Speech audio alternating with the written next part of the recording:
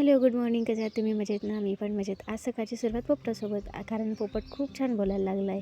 आणि अहोंनी रात्रीनं पाव आणलेले होते, तर चला म्हटलं पावभाजीच करू. मला काही दम निघाला आणि मी सकाळीच पावभाजी करून घेतली. आणि झाडाला इतकी छान फळं पण आलेली होती आणि ते पिकून खाली पण पडत होते, पण तोडायला कोणी होतच नाही. आणि एवढी फळं होती लागलेली की ती मोजता पण येत नव्हती. आणि प्रत्येक फांदीला 4-4, 5-5 फळं होती. आणि राखण करायला मी कोणाला ठेवलं होतं माहिती का? आमच्या मणीमाऊला. पाळलेली नाही आहे, पण अशीच येऊन बसते. त्यानंतर फळं चिरली होती, तर ती अशीच अर्धी पडली होती. त्यातला कॅरी बॅग पॅक केली आणि ठेवून दिली. त्यानंतर सगळी कामं आवरून झाल्यावर मी गच्चीवरनं कपडे आणले, त्यांच्या घड्या केल्या आणि लगेचच कपडे प्रेस करायला घेतले. रविवार सुट्टीचा दिवस म्हटला म्हणजे हा असाच असतो सुट्टीचा दिवस. बायांना कधी सुट्टी मिळणार आहे काय माहिती. तर असा होता माझा आजचा दिवस, सुट्टीचा दिवस.